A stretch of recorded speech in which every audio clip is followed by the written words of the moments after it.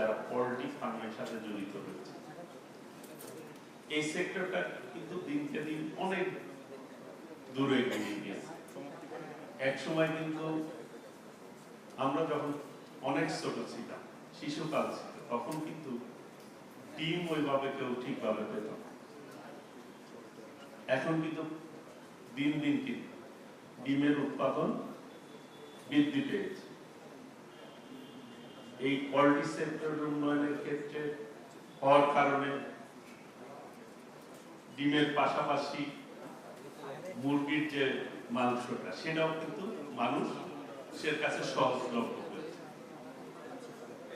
এখন এই সেক্টরে উন্নয়ন করতে হলে অনেকেই অনেকভাবে কথা বলেছেন। ব্যবসায়ীদের সাথে আমরা অসংখ্যবার বসছি, তারা এই সেক্টরে ঋণ যেই সুবিধা সেটির কথা বলেছে, ঋণের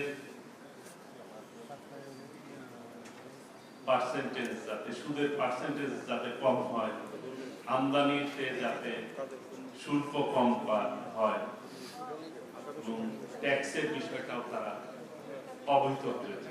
সবগুলি আসলে দামের সাথে, প্রাইসের সাথে রিলেটেড। বড় একটা অংশ এই ক্ষেত্রে ভ্যাকসিন।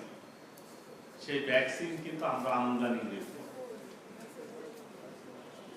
এই বিষয়েও নজর দিতে হবে যাতে করে আমরা আমাদের দেশে ভ্যাকসিন আমরা তৈরি করতে পারি, সেই দিকে আমাদের পদক্ষেপ নিতে হবে।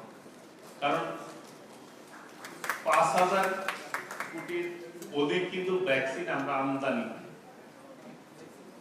তো এই আমাদের কিন্তু অসংখ্য অভিজ্ঞ জ্ঞানীগুণী ব্যক্তিগণ রয়েছে, বৈজ্ঞানিকগণ রয়েছে, যারা এই ভ্যাকসিন উৎপাদন করতে তারা সক্ষম।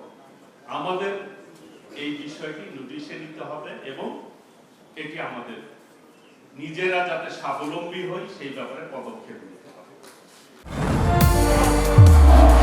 নির্মাণে নাম্বার 1 শাহ সিমেন্ট। এখানে অনেক ব্যবসায়ীরা আপনারা আছেন পোল্ট্রি সেক্টরে,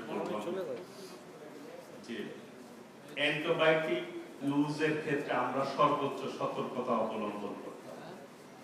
আমরা অনুরোধ করব পোল্ট্রির সাথে যারা জড়িত রয়েছেন, দয়া করে অ্যান্টিবায়োটিক ভ্যাকসিন আপনারা ইউজ করবেন না, কারণ এটি মানুষের শরীরের জন্য অত্যন্ত ক্ষতিকর।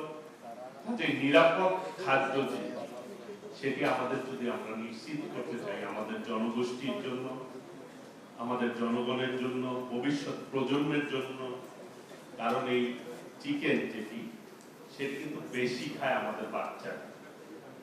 কাজে আমি অনুরোধ করবো আপনাদেরকে এই ব্যাপারে অবশ্যই আমরা পদক্ষেপ নিব। আমরা সরকারের মাত্র 3 মাস, আমরা সব বিষয়ে খোঁজ নিচ্ছি। এই বিষয়টি আমরা অবশ্যই পদক্ষেপ নিব। কোনোভাবে আমরা অ্যান্টিবায়োটিক ইউজ করতে দিব না, অ্যান্টিবায়োটিক যাতে কেউ ইউজ না করে সেই ব্যাপারে আমরা অবশ্যই পদক্ষেপ